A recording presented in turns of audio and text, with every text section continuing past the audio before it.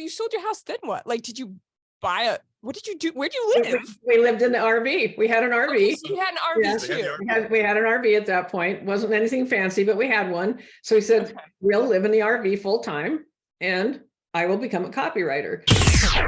Welcome to the podcast. Today we have the fabulous Tina Lorenz with us. How are you doing today, Tina? Hi, Tina. Hey, I'm doing great. I'm so happy to be here with you too. Thanks for inviting me. Oh, thanks for coming, Tina. I know I say this, but I tell you this all the time, but you're one of my favorite people. So I'm so glad you came. And you guys are on my list too. So it's all mutual admiration. We didn't make her say that, guys. She said it. We said Should not get paid for that comment. No, just send me I'll tell you where to send it right after we're done. Too soon. But Tina, I love your story so much, which is why we asked you to be on and to share that. And so thanks for your willingness to do that. And so in order to hear that, though, I want to take people back. We've had the privilege of hearing it before, but so many people haven't. I want to take back to what did you do before, people who don't know, Tina is an amazing copywriter, but she also is starting a brand new thing that is amazing called Renegade Boomers, which you're going to tell them about here in a little bit. But before that, what were you doing before? What made you start getting into this whole field that you're known for now?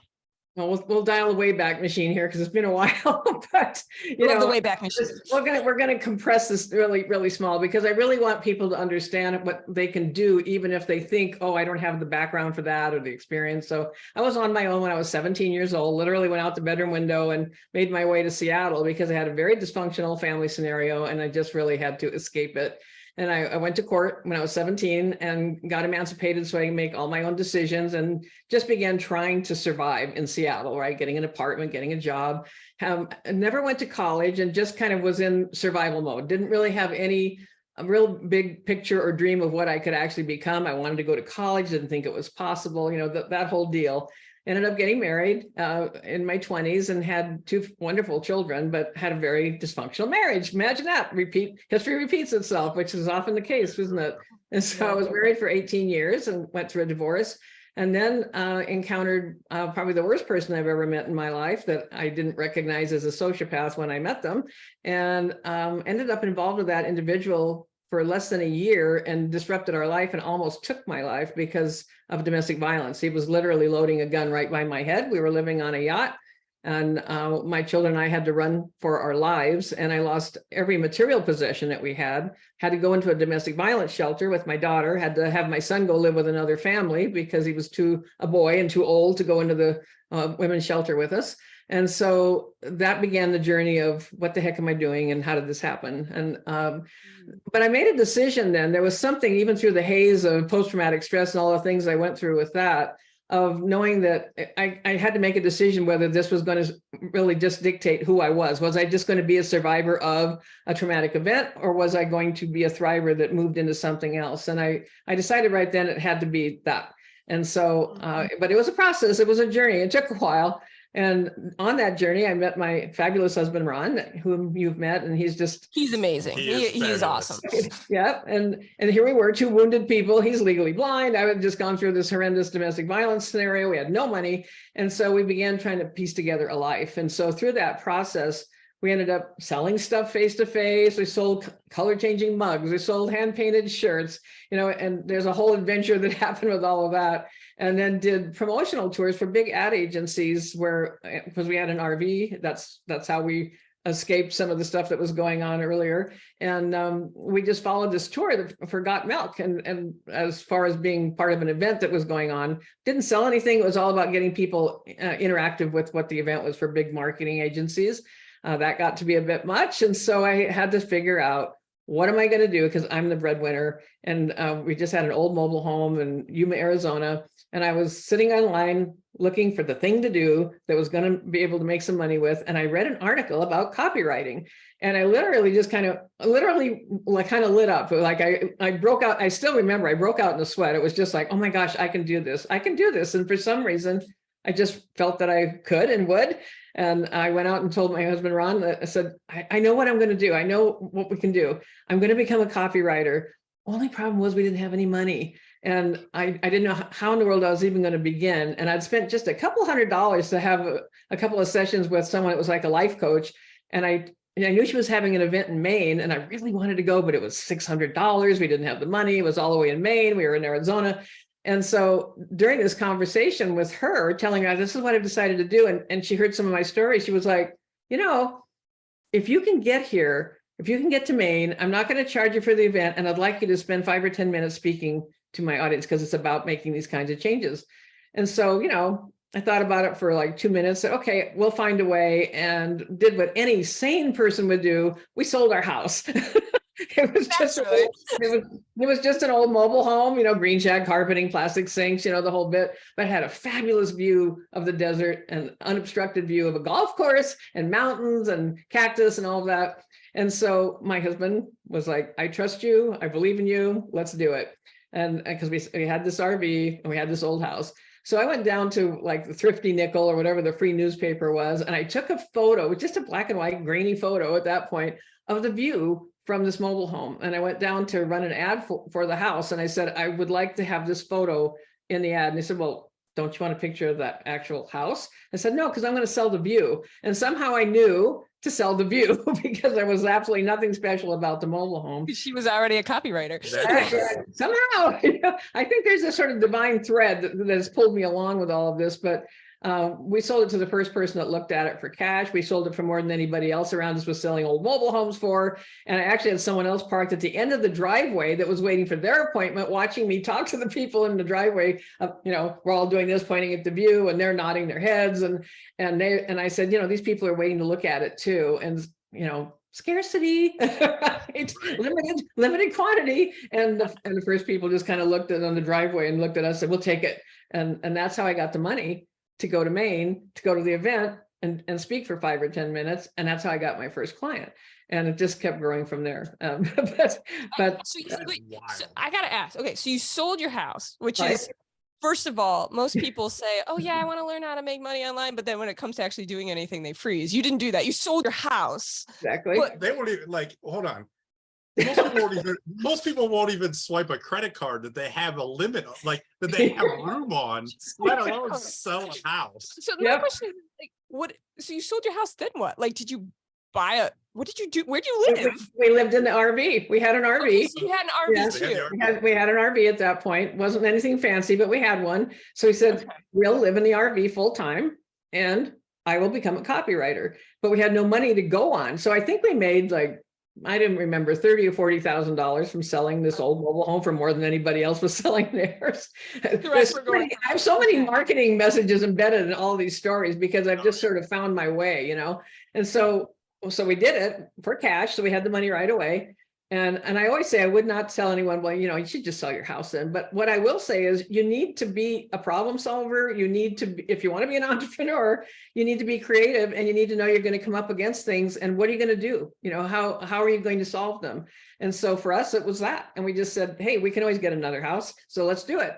And so we went to Maine. I did my little bit. And one of the women that was a speaker at this event came over to me and she said, and I was just getting started. I barely knew anything about copywriting at this point, except that I was going to do it. And she came over and said, I'm having an event in Las Vegas and I haven't been able to sell any tickets at all. Would you like to try writing a sales letter for me? And the sales letter was the only thing I kind of knew sort of what I might need to do to write a sales letter. And so I think I charged like $250 or something like that. And I wrote her a sales letter. We actually went away from the event and I wrote it from Grand Teton. We went to Wyoming. And so, because we were going to live the life, right? There's the view of the mountains, absolutely fabulous. I'm writing my sales letter and she sold out that event and asked me to come to her event. So I went to her event and I got my next client and it just kept doing that, right? And the big turning point was about 5 months in when one of my mentors and a dear friend, Gary Ben-Savenga, he's been called the world's greatest copywriter. And he was having one event that he'd never done one because it was commemorating his retirement from writing copy for clients. And he'd been on Madison Avenue in New York. And the event was at the St. Regis Hotel in New York City. So the rooms are like $700 a night. We have, a concierge on each floor. You call them, I need something, and so that's where the event was going to be. And Gary did not take credit cards and the fee was $5,000. This was in 2005.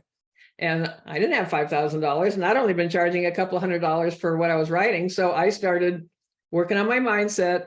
about raising my fees. And I put little notes all around my computer that I was going to be at Gary Bensavanga's, and because you had to send a check, right? You had to have real money.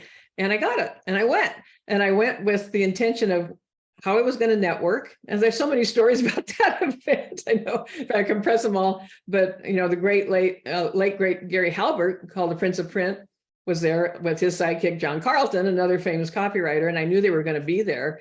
And I had taken an idea from Gary Halbert called a dollar letter, and I'd written a 2-page letter for a client that got sent out all over the world. Long story short, it brought in $4 million in 30 days. I was only 5 months into being a copywriter, and he made $1 million profit.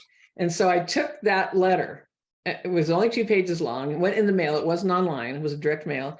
And I went up to Gary Halbert, and instead of asking, can I get my photo with you? I said, can I thank you? I want to show you what I did with an idea I got from you. And I showed him the letter, and he's reading it. And he looks at John Carlton, he hands it to him, and he's reading it. And they're looking at me like, who's this lady with her little shoulder bag and her, you know, she looks like she just fell off the turnip truck in New York City or whatever. And they said, well, you should license this. And I was like, I don't know what that means. And so he ended up saying, I'm having an event in Miami. Would you like to come as my guest? I would like to give this letter to my attendees as a gift. Would that be okay with you? Sure, that'd be fine. And so that was the beginning of my little Gary Bensavenga event, which ironically, I was just getting started, and I'm about the same age as Gary Bensavenga, and he was retiring. So, I mean, there is some irony to all of this, but I just went fully thinking I'm going to serve in any way I can by talking to people and being curious and listening. And I ended up with almost, I think around $80,000 worth of projects booked at that time. This is when I was still really beginnery, so my fees weren't that high yet. And then I went to Miami, this is our little RV, and I went to the next event, and I got clients there, and it just kept growing. And I did probably $500,000 my first year as a copywriter. So there's so many things going through my mind. But my first it's okay. You'll be okay, Zach. Just put a cold compress on your forehead. You'll be okay. Ask a question before you go. So okay. I never ask questions. Okay. So my first question is, so you were driving to your first event. Had you even read or known any, like at that point, had you done anything like research wise, bought any courses, bought anything that was teaching you copywriting at all? I think I bought some kind of an inexpensive little program, I think, and I can't remember, but I read something about this is what a headline looks like, and this is what should come next, you know, like it's kind of a basic structure. Yeah, okay. Yeah, I had no website. I didn't know how to have a website. And so I wish I had one here. I literally printed out kind of like a LinkedIn about page. I made myself a page with bullet points about when we were selling the products, because when I was selling face-to-face back before we started the copywriting thing, I became the top seller in the country of the things I was selling. And I didn't know how to be online. We didn't have a website. It was all face-to-face. And it was like at festivals and fairs. I mean, color-changing mugs. Hello, had to be demonstrated one at a time with hot water. Okay. And we were selling out of the designs from the company because nobody could keep up with us. And so and we got invited into the Pentagon when we were selling these things. Right. And so on my page that I took to New York, it said selling to everyone from do-rag wearing Harley riders to 5-star generals, because I had both of those things. And so I made these kind of fascinations, kind of interesting bullets that were like, oh, that's intriguing. And I took that page with me to the event because I had no website, and I was handing out my pages, a one-page thing. And so, I mean, it's just like, don't let anything stop you from making that next step, right? I mean, if you're not ready in certain ways, so what? You'll figure it out. That is amazing. So I mean, the cool two things stuck out when you say that you had developed skills, you just you hadn't recognized that those skills were usable somewhere else, which is really cool. Yeah, the selling stuff, right? Yeah. So, but my question was this: is when you were going to this thing, you're speaking probably for the first time in front of that many people, right? Yep, first time. And then you're selling something how are you feeling? Were you nervous when somebody's like, hey, can you help me? Did you ever think, oh man, I can't, how am I going to write a sales letter? How am I what's going through your brain? I think I probably was. I think that I just was so fired up that I could do it. Right. And all these other things were happening. I talk about being a conduit for divine source and that type of thing. And I'd had these things happening where I kind of knew stuff, right, for people and about people that I felt didn't really come from me, but I was supposed to tell them. And it happened at this event. There was a woman sitting at one of the tables, and because the rest of the event, I'm like everybody else, I'm participating, and I'm sitting at the table, and I just kept looking at her and looking at her. And she was honestly very nondescript. She, I wouldn't even be able to identify her in a crowd, kind of just very, ordinary looking person. And I'm sitting, nothing flashy or anything that would call your attention, but I just couldn't stop looking at her. And I kept thinking, man, I feel like I'm supposed to write something. So in the middle of this event, I start writing by hand, and I can't remember exactly what I wrote, but just the general idea of it. And I knew it had a title. It was called The Gift. And so I wrote The Gift, and I'm writing this thing. And then I thought, well, she's not gonna be able to read this. It's so messy. So I wrote it again, and I folded it all up a little tiny. And then I'm just really nervous. Talking about being nervous. I was really nervous because I'm like, I'm supposed to give this to her. I don't know her. I don't know her name. She doesn't know me. She's going to think I'm nuts. So I folded it up small. And at the end of the day, I went over and said, I don't know why I'm supposed to give you this, but I'm supposed to give you this. And I was about like that, like I'm starting to cry. She's looking at me like, who's this crazy woman? And I flee the building, right? So the next day we're going back, and it's like, oh, I hope everything's going to be okay, And she came up to me and was just like, can I give you a hug? And she hugged me and she started to cry, and she told me her story. And the gist of the message was that everything that had happened to her was for a reason, even though she didn't understand it yet, that she was meant to go on, that it would eventually become a gift to her as she understood what it all meant. And what it all was her entire family had passed away. She was probably in her 40s, and she'd had to be the caretaker of her parents, her brother, everybody passed away. She was extremely depressed. She started drinking. She was feeling suicidal. She had the life coaching moment with the same individual and decided to go to this event, even though she wasn't feeling very good. And here comes this woman handing her a note on the first day of why she's supposed to continue and go on. And so things like that were happening also at this event, and so it just kind of kept pushing me forward. I think that overcame some of the nervousness, but Ron can vouch for the fact that I've had many times where I've gone, I don't have any words left. They're all gone. Don't know. Don't have any, And so it's just. I might have said that before to you. They're gone. And Zach, Laura's words are never gone. They're never gone. That's what he said to me. He goes, that's moment. They might mute just a tiny, tiny bit, but they're not gone. They're muted, but they're not gone. Slow down. They don't usually stop. Yeah. And now you're sharing microphones, so I don't know. This is going to get really interesting, but I just felt really excited about what I was doing and felt like inspired by it, and developed my own way of how I started communicating with these clients and getting the kind of information I needed. I never sent them questionnaires or anything like that. I had really deep conversations, and like people at Gary's event were going. One guy was talking to me about what they were doing for like high school age kids and a special program they had, and I'm listening, and it happens that my kids got full tuition scholarships to college. Remember we had no money, and so they were able to get scholarships to private schools. My son became a Rhodes Scholar. So I'm listening to this whole thing about education, and so I'm just giving some feedback of things I think might be helpful. And he just stops and goes, can you stand here just for a minute? Don't go anywhere. I'm going to go get my business partner. And he goes and drags this other guy back and said, okay, tell him what you just said to me. And he looks at him and says, she gets it. She gets it. And so these were all lessons to me of how I was connecting with potential clients and really seeing beyond the obvious of what they were talking about and adding some value in the conversation. And then they wanted me to write their copy. And so I just started. That's what started happening. I just started, and then I had to learn, I remember the first time I did a launch for Mind Movies, I was in a mastermind with Frank Kern, and I met the Mind Movies creator, right? And so they were going to launch, right? And none of us knew anything about launching. And so I got Jeff Walker's product launch formula. So did they. I've had it for, almost the whole entire time he's at a program. And literally we're sitting with the book. Okay, we need these kinds of emails. Okay, writing these kinds of emails.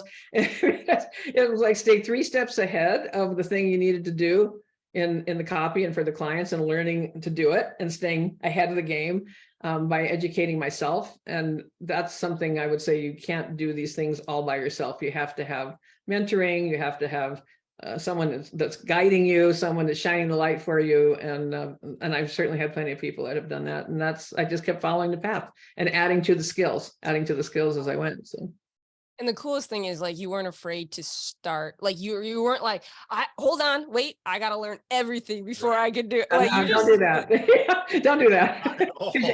Because it's always going to be that moving goalpost. You're never going to get there. But, Right. but if anyone watching this, if the main thing I want anyone to get is, I was past 50 when I started. Okay. I had never written anything for anyone except like an office memo. You know, my previous history included things like food service, daycare, office work, you know, receptionist, clerical, cashier, you know, selling mugs. Yeah, Selling mugs. color changing mugs. 50, let's see how many we had, 52 different designs. And so I could read people as they were walking, because I had to like talk to people and get them to come up close to see the mug demonstration, right? Literally on a wooden crate with an electric hot pot of water and putting the mug and pouring water. So all day long, I poured hot water in mugs so they could see the design.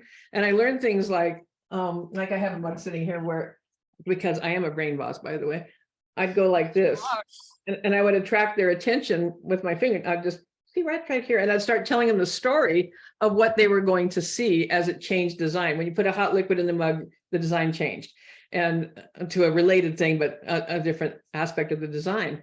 And so I learned a lot about getting people's attention, telling them the story, getting them engaged, and starting to set the tone. Pre-framing, we would call that now. Right. I know that's what it was called, you know, of getting them to see what was about to appear.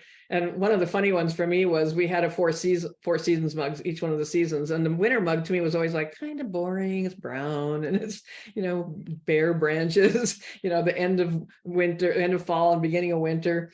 And it just so happened that some of the places we worked, we had a lot of people that came from Canada, and that I found out a lot of them really related to the winter mug. They really liked it because it just reminded them of where they lived the rest of the year. Right.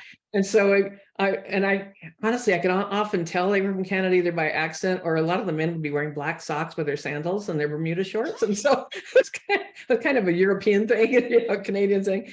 And so I would be kind of surmising that might be. So I'd get the winter mug out, and all that happened was it looked like there were some leaves and some dry grasses, and they disappeared, and it looked like snow when you put the hot liquid in.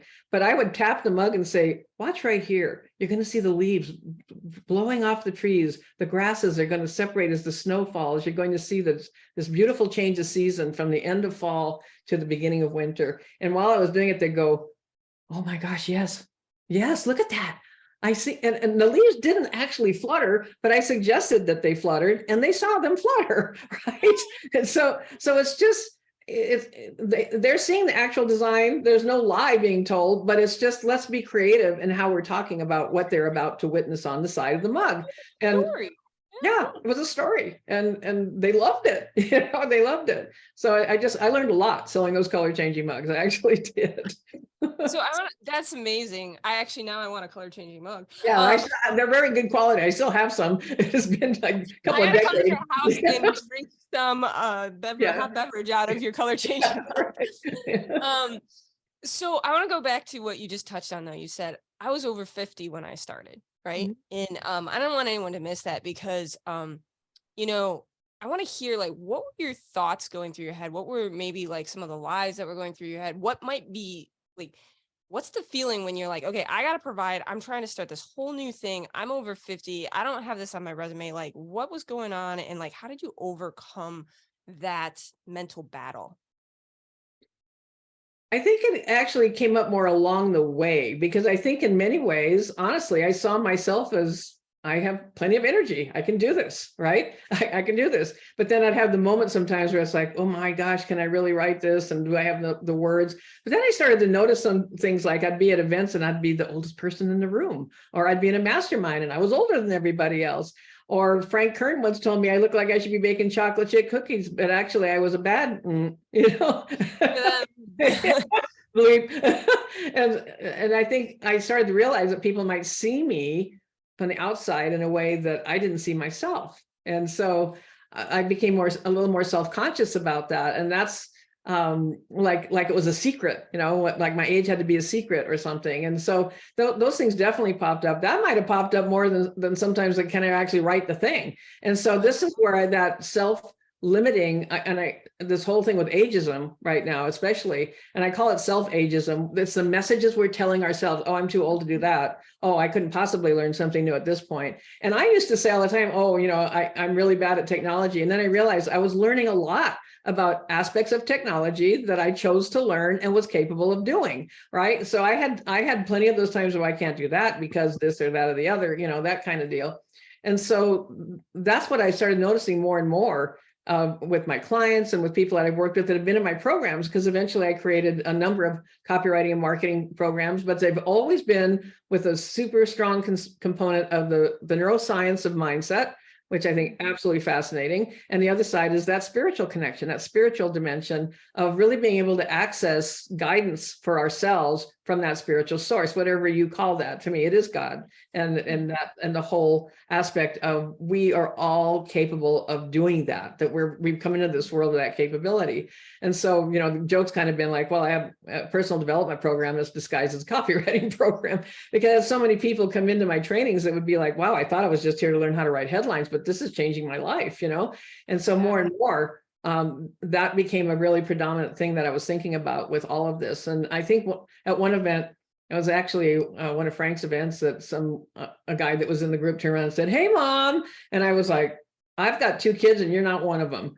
And I found myself just feeling like, don't call me that, and starting thinking about, well, are they going to start marginalizing me if they know my age? Are they going to start ignoring me if they know, am I not relevant? And I expressed these thoughts to my husband also, like, is this what's going to happen with this? Of wondering sometimes, even though I had these blockbuster sales, not every single one, obviously every single client isn't going to have this amazing, $4 million thing, but like my movies, we hit in Australia with Australian Exchange, because they're Australians, it hit $1 million in their very first launch, and nobody knew who they were when we started. And you know what happened? They got shut down. Their email got temporarily shut down because the opt-in rate for the emails I wrote for them was so high that the email provider thought that it was a scam, and they temporarily shut them down. And Frank Kern had to call and say, "Hey, it's okay, dudes. Everything's cool. Just a really good copywriter." So you want to know something crazy? Yeah. So when we first got started, we did the one funnel away challenge, and we're like, what are we going to sell? We're like, I don't know. We can do an affiliate thing.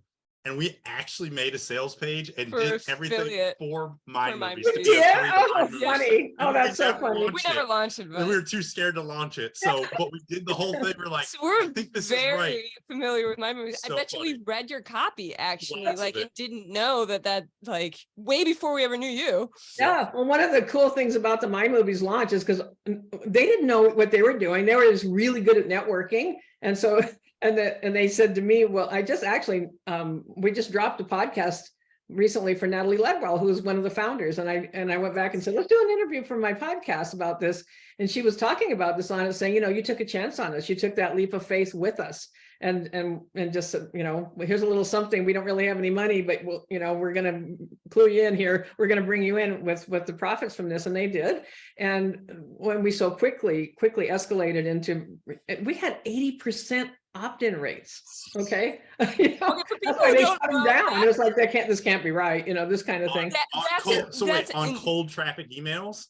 Yeah. And so the difference was what they were really good at getting affiliates. And so they had the Frank Kern side of things, which is all, internet marketing, edgy guy. Frank was even more edgy even edgier back then. And the other side were people like John Osseroff, Bob Proctor. Yeah. It was all really soft kind of mindset stuff. And we didn't know at that point how to have like different landing pages. So we had one sales letter, and my job was to get each of these kinds of audiences, completely different types of audiences, to do the thing, to take action. And so I wrote emails that one side was like this kind of languaging and messaging for the internet marketing guys. And this side was the Bob Proctor, John Osseroff, more gentle kind of languaging for that audience, all coming to the same sales page. And then in the sales letter, I literally said, well, if you're this or if you're that, and this is something that still can work. And whether you're this or whether you're that, here's why it's for you. And we had 35% conversion rate right out of the gate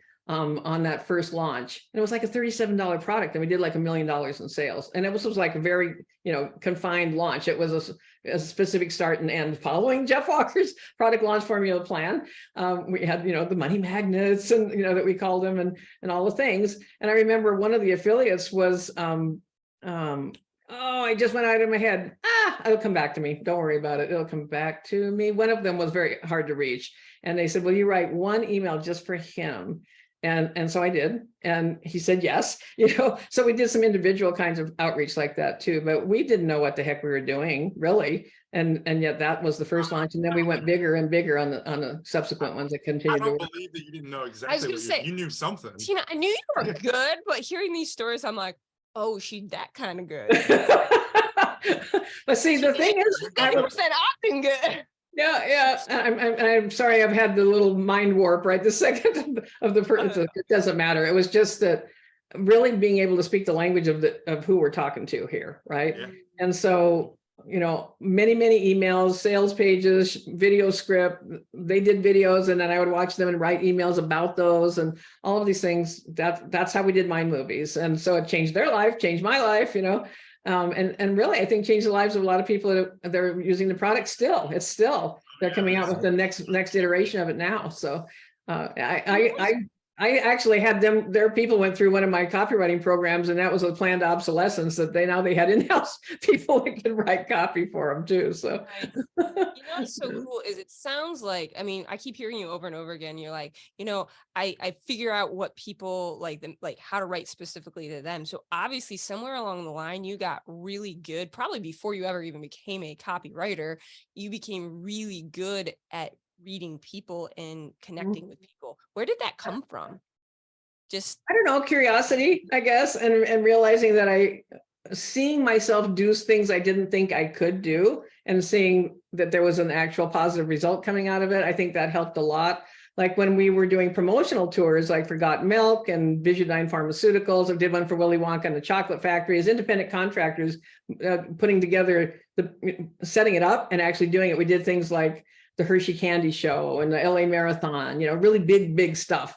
And realizing I had to wear a headset mic, and it's more like being a carnival barker, but nice, more gentle in that, of getting people to come and engage in what we were there for the special event to do. It was free. It was really about just educating people. And so there was no money involved or anything like that, but I had to be able to get their attention. And it was all about how many people participated. That was were the numbers that the ad agency wanted to see. And so one day we were in Miami, and for a tour we were doing for vision loss and about macular degeneration, which was ironic because Ron's legally blind and nobody knew it because we kept it a secret. But we had survival mode dialed in really well. And they sent out a film crew and said, here's a script the night before. Here's a script. Would you try learning this? We're going to send a film crew. We just want to see if you can do it. And I couldn't stand listening to my own voice on a recording. I didn't like having my picture taken. I was always self-conscious about showing up in any way like that. Okay, so I read through the script. Okay, I think I've got it. Here come the guys with the big, heavy on their shoulder cameras, the official film crew, which I'd never seen before either. And we're standing outside by the waterfront, and they say, okay, go. And so I deliver the script, and they stop and they go, oh, okay, well, you did it in one take. You're a natural. Thanks. I was like, what? And so then the ad agency was like, okay, we love it. So would you start doing morning television shows for us? So in the different cities we were on the tour for, I would do the morning news show, or they would come out with their news crew and they would interview me at the setup. And I would go to the studio like at 5 a.m. for like Good Morning Tampa Bay, this kind of stuff.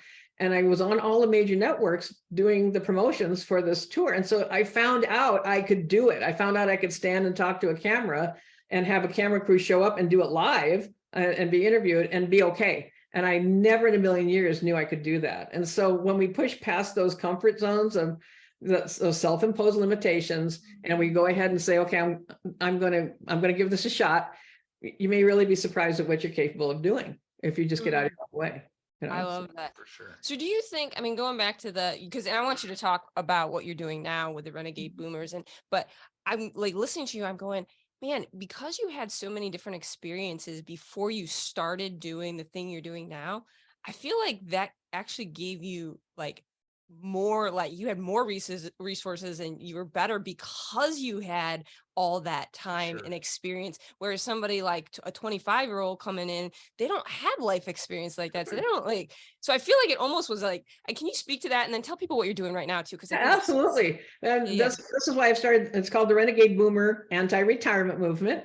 And the reason I'm doing this is it really kind of reflects my own journey, quite frankly. I didn't have the luxury of retiring, right? It was more like, how are we going to survive? You know, I'm going to become a copywriter. You know, I've got to find a thing to do, and it's not going to be at a big box store welcoming people or standing at a cash register. And so I need to find something and I mean, I've always worked remotely also, you know, and so it needed to be entrepreneurial. It needed to be something I could control. We wanted to travel. And so what I've experienced with that is, yes, all the previous experiences of my life, there's things that fed into having more wisdom, having more experience with certain aspects that then impacted in a positive way how I would communicate with people or how I might write.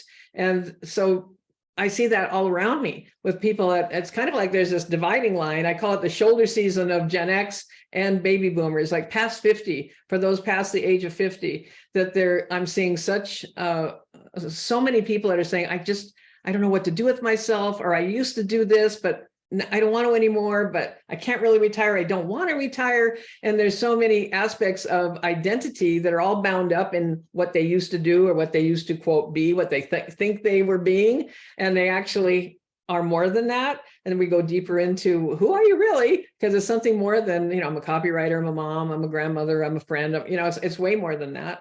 And especially with that spiritual source that I believe we all share. And so it's helping people move through that. And I say that I help catalyze second chapters, or, you know, third acts, whatever you want to call it, of inspired insights about what you're capable of doing. And so I'm working with people in their 50s, 60s, 70s. I'm interviewing amazing people for my podcast that are still doing fantastic things in the world, that are all the way up into their 80s. And we're living longer, the life expectancy is longer. The retirement rules were set up in 1935 or whatever it was when they developed Social Security. They didn't expect you to live till 65. Most people were gone by the time they were 60 or 61. Yes, they didn't expect you to get to Social Security. And then there's the other aspect of people that just don't have enough. I just saw a thing in the news the other night. They said something like only 40% of those that are traditional retirement age are past 65 have enough money to retire on. And so there's that anxiety as well. And it's not too late to learn a new skill. It's not too late to repurpose, reshape, repackage what you've been doing into something new, or say, you know what, I know someone that has been a physician that really has decided they want to be a chef. Right. And it's fine. Great. Awesome. And do it, because you can have decades more life just by being active and keeping your brain engaged. There's all kinds of statistics about this as well, as far as overcoming things like Alzheimer's and dementia, that we keep our brains active by learning new things and doing things in a different way than we used to. And I delve deeply into that actual brain science of how our subconscious works and what kind of messaging we've been giving ourselves. I call it habits of thought, the thing we always think about whatever. And a lot of times it's a negative thing, or it's a limiting thing. It's a belief we have, and our beliefs become who we are. And we can shift our beliefs and change our beliefs at any time if we understand how that can occur and who we need to be able to do the things that give the result that we want. It starts with the being. It starts with who you are. It starts an inside job, basically. So I'm creating a community for this. It's going to be opening soon. And I'm also just working with people individually on that journey as far as one-on-one mentoring with them. That's awesome. Amazing. So I know there's going to be people who listen to this who are going to go, that's me. I need. So where can people like connect with you or find you? Good old TinaLorenz.com. It's really easy. www.tinalorenz.com. I have Put it videos, in the comments. and all my social media is the Tina Lorenz. So you can find me on any of the social medias with the Tina Lorenz also. And so that's what I'm doing. I'm That's super awesome. pumped to watch that. I know that we've talked offline, and like there's so many cool things happening. I'm excited for people, like, guys, if that applies to you, follow her, because it's gonna be epic. It's already epic. I know it's already epic beforehand. So because you've heard some of the stories. She's epic. You want to be around that, trust me. Yeah. So here, as we close out, my last question to you is is just this. I mean, whether somebody's 30, 40, 50, 60, 80, whatever, like your life has been like, just listening to your story is so inspirational. But what would you say to them? What piece of advice would you give to people if they're like not happy with where their life is and they want to change something? What advice would you give for them? Start right now. Don't wait. I talk about momentum, and people think, oh, I'll just wait till this or wait till this time is right. None of us have any guarantee about tomorrow. We don't have a guarantee about 30 minutes from now. And it all should be abundantly clear that that's the case globally, right? And so if you start now, you continue that momentum forward because everything is energy and there is no standing still. You're either moving forward or you're actually losing ground. And so rather than have to gain that momentum, if you're feeling a call, if you're feeling any kind of a little flicker of something, pay attention to it. Trust yourself, take that next step and know that you truly are capable of becoming exactly what you choose to be with the rest of your life. And there's plenty of time still to do it. And I just encourage anyone that's thinking about whatever they might want to do to keep exploring that and don't let anybody else's opinions or beliefs stop you from following your path. That's Love it. Beautiful. Tina, you're So good. I love listening to your stories. You have so many of them. So guys, make So sure you good. go follow, find her. She has an awesome podcast on YouTube as well, like Yep. at thetinalorenz.com or YouTube. Renegade Boomer. Yeah. But Tina Lorenz will get you to me on YouTube as well. Yeah. Yeah, that's so awesome. that'll all be in the description. So Well, we'll take care of that.